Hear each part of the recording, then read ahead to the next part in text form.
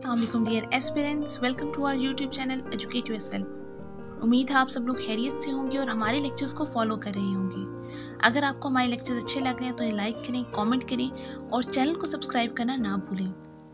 तो आज हम देखेंगे अल्लामा इकबाल की फ़िलॉसफ़ी को। अल्लामा इकबाल की फ़िलॉसफ़ी थोड़ी सी डिफरेंट है और थोड़ी सी मुश्किल भी है समझने में, क्योंकि इनके जो कॉन्सेप्ट्स थे वो बड़े डिफरेंट थे as compared to other philosophers. इनका सबसे पहला जो कॉन्सेप्ट था वो सेल्फ के बारे में था, ईगो के बारे में, जिसे हम कहते हैं खुदी। अब यहाँ पे क्या कहते हैं कि कुरान का हमेशा एम्फेसिस रहा है, कुरान ने सबसे ज़्यादा फोकस किया है यूनिकनेस के ऊपर, इंडिविजुअलिटी ऑफ मैन के ऊपर। That is we all are distinct, we are self contain individuals and we are responsible for our own actions. No twins are alike. दो अगर बहन भाई ट्विंस हैं तो वो भी एक जैसे नहीं हो सकते, ठीक है। अब एक ये भी नहीं कह सकते कि एक पर्सन ने मर्डर किया है इसलिए क्योंकि उसने अपनी फैमिली में पास हिस्ट्री में किसी को करते देखा तो इसलिए वो कर रहा है। नो, हर इंसान अपने एक्शंस के लिए खुद रिस्पॉन्सिबल है, वो यूनिक है इन हिज ओन सेंस, ठीक है। इसके अलावा this confers concept of individual responsibility, यानी इंडिविजुअल की अपनी रिस्पॉन्सिबिलिटी है for their own action. Man as theophany. अब यहाँ पे ये कॉन्सेप्ट समझना है कि थियोफेनी का मतलब क्या है। थियो का मतलब है गॉड और फेनी का मतलब है पार्ट, यानी ये गॉड का पार्ट है। मैन इंसान को बनाया और उसमें अपनी रूह फूंक दी। इसका मतलब क्या है कि इंसान जो है वो अल्लाह ही का पार्ट है, ये गॉड का पार्ट है। We all are made on the image of God and our spirituality is derived from God. According to Quran, inner experience is one of the three sources of knowledge. The other two are history and nature. अब basically Quran के मुताबिक आपके जो sources of knowledge होते हैं वो तीन हैं। There are three sources of knowledge. सबसे पहले जो है वो आपका हिस्ट्री है, आपकी पास्ट में क्या चीज़ हुई है उसके अकॉर्डिंग आप चल रहे होते हैं। सेकंड, नेचर को देख के आप कुछ चीज़ें सीख रहे होते हैं। और थर्ड है जो मोस्ट इम्पॉर्टेंट है, दैट इज़ इनर एक्सपीरियंस। और इनर एक्सपीरियंस जिसको हम सिक्स सेंस भी कह रहे हैं, इंट्यूशन भी कह रहे हैं, ये बहुत इंपॉर्टेंट है और इसी को बेसिकली ईगो कहा गया है, इसी को खुद ही कहा गया है। और आपकी आहिस्ता आहिस्ता बहुत ज़्यादा रिफ़ाइन होना शुरू हो जाती है। और जब आपकी खुद ही रिफ़ाइन हो जाती है, आपकी ये जो ईगो है वो रिफ़ाइन हो के एक प्रॉपर फॉर्म में आ जाती है, तो इंसान जो है वो टाइम एंड स्पेस से बियॉन्ड वो चीज़ें भी ऑब्ज़र्व करना शुरू कर देता है जो नॉर्मली एक नॉर्मल पर्सन नहीं उस चीज़ को ऑब्ज़र्व कर रहा। अब इसके अंदर मुख्तलिफ एग्जाम्पल हैं, चाहे दाता गंज बख्श की ले ली जाए, निज़ामुद्दीन औलिया की ली जाए, बाबा फरीदुद्दीन कंचकर की ली जाए। इन सब का क्या था बेसिकली, इन सब ने अपनी सेल्फ, अपनी ईगो, अपनी खुदी को रिफ़ाइन किया था, जिसकी वजह से टाइम एंड स्पेस बाउंडेड नहीं रहे। और आपकी बेसिकली होता भी यही है कि आपकी जो बॉडी है that is bound to the space and time, but आपकी जो खुदी है, वो आपकी जो सेल्फ है, वो आपकी टाइम बाउंडेड या स्पेस बाउंडेड नहीं है, आप उससे बियॉन्ड भी जा सकते हैं। अब हल्लाज हैं, मंसूर हल्लाज, वो कहते हैं I am creative truth. Basically ये क्या है कि ये सेल्फ एक्चुअलाइजेशन है। उन्होंने अपने आप को, अपने इनर एक्सपीरियंसेस को, इनर इंट्यूशन को इतना ज़्यादा स्ट्रॉन्ग कर लिया कि उन्हें एक सेल्फ एक्चुअलाइजेशन की phase I. Unknown levels of consciousness beyond the grasp of scientific method. Basically क्या होता है कि अगर आपकी ईगो 5 सेंसेस तक कन्फाइंड है, रिस्ट्रिक्टेड है, तो देन आप टाइम एंड स्पेस तक बाउंडेड हो जाएंगे। लेकिन जब आपकी ईगो रिफाइन हो जाती है, आप 5th सेंस से बियॉन्ड देखना शुरू कर देते हैं। आपकी एक 6th सेंस आपको अलार्म करती है कि अच्छा अब ये चीज़ गलत हो रही है, इस चीज़ में ये इशू आ रहा है। तो ये क्या है बेसिकली, आपकी रिफाइनमेंट है। और कुछ ऐसे अननोन लेवल ऑफ कॉन्शियसनेस हैं जो साइंटिफिक मेथड्स में नहीं आ रहे, इंसानी अकल उस चीज़ को समझ नहीं पा रही। अब कुछ कैरेक्टरिस्टिक्स हैं ह्यूमन ईगो को देखने के लिए, खुद ही को देखने के लिए। Ego, finitude and contradictions. अब बेसिकली आपकी जो ईगो थी, ये सेल्फ था, वो आपका लिमिटेड था 5 सेंसेस की हद तक, स्पेस एंड टाइम के according.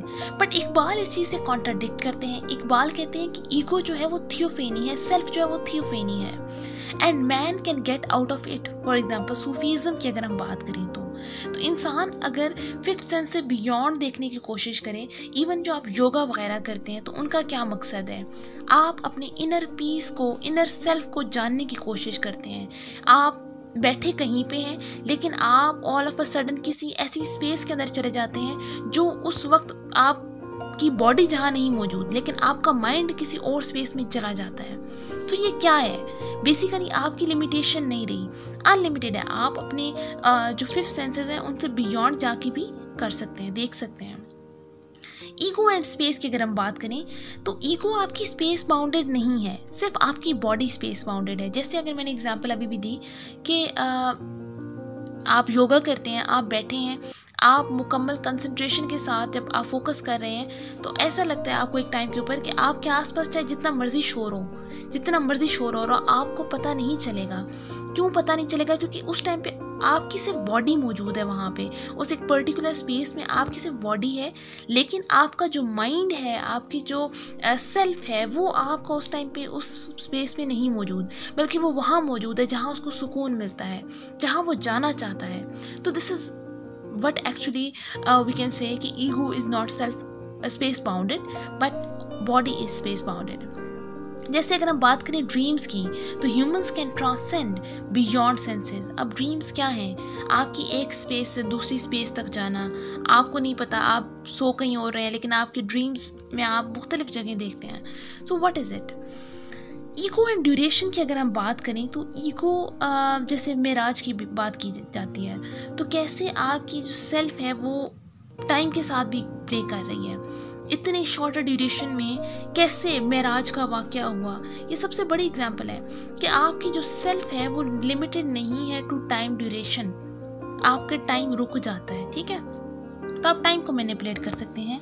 Ego can play with time and time because time is also a subject, so man can manipulate time and space। इसके अलावा आता है ego and unity of mental states. अब कुछ लोग कहते हैं ना कि जो आपकी मेंटल स्टेट है, जैसे फॉर एग्जांपल एक पर्सन हैप्पी होता है, सैड होता है, तो ये क्या है?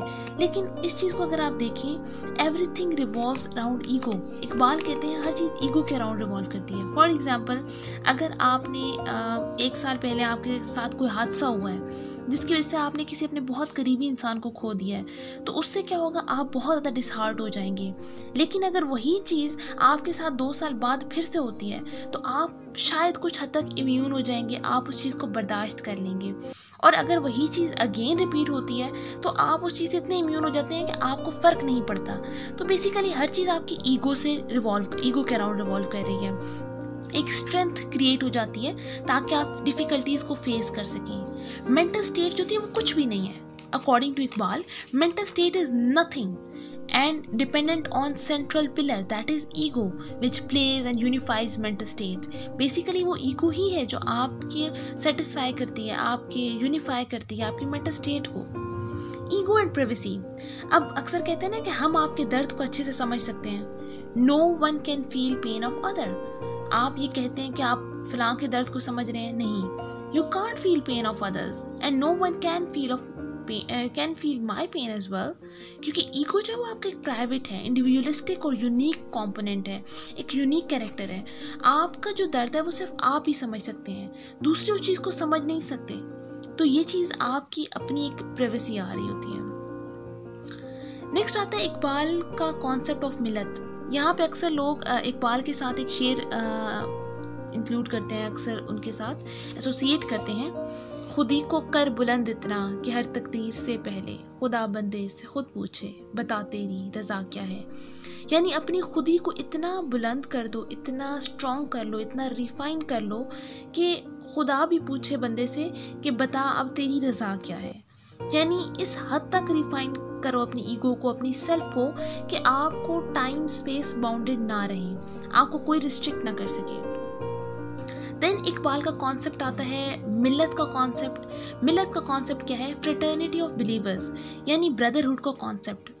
यानी हम सब लोग एक मुसलमान हैं, हम अल्लाह पे बिलीव करते हैं, हम तौहीद पे यकीन रखते हैं, हम अल्लाह के रसूल पे यकीन रखते हैं, ईमान रखते हैं। तो we all are believers of Islam and above race colour creed.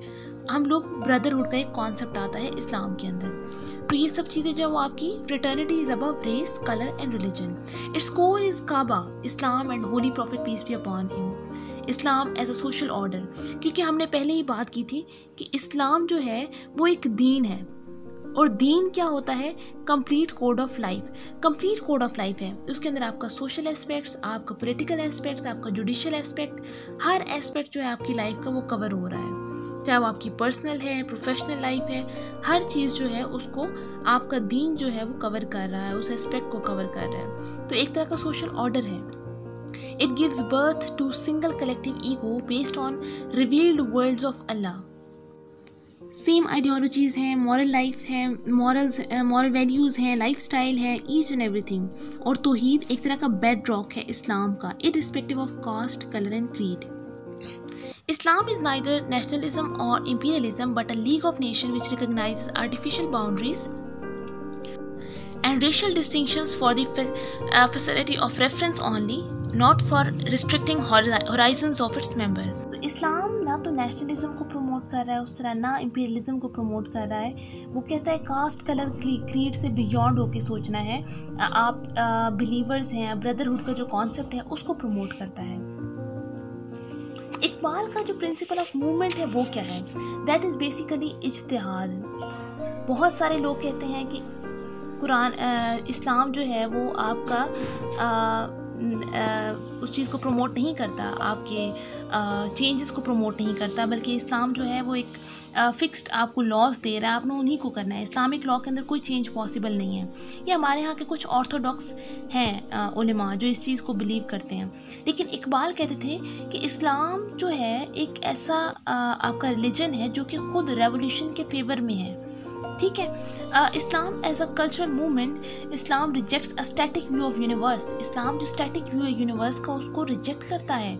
Ultimate spiritual basis of life is eternal and reveals itself in variety and change. Thus reconciliation of permanence and change.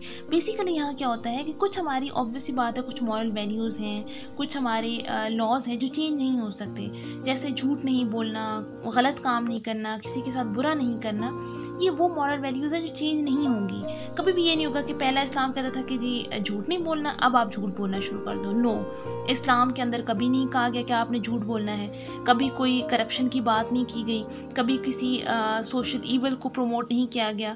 तो ये वो moral values है जो change नहीं होंगी, obvious ही बात है। लेकिन अगर आप ये समझते हैं कि कुछ ऐसी चीज़ें हैं जो आप परमानेंट रखेंगे, क्योंकि अभी टाइम चेंज हो गया है, टाइम के साथ साथ जब चेंजेस आई हैं तो ऑब्वियस ही बात है जो आपकी रिक्वायरमेंट्स हैं वो भी चेंज हुई हैं, नेसेसिटीज़ जो हैं वो चेंज हो गई हैं। तो आप उस टाइम के ऊपर एक कॉन्सेप्ट है इज्तिहाद का, तो वो अल्लामा इकबाल उसके बहुत बड़े प्रोपोनेंट थे।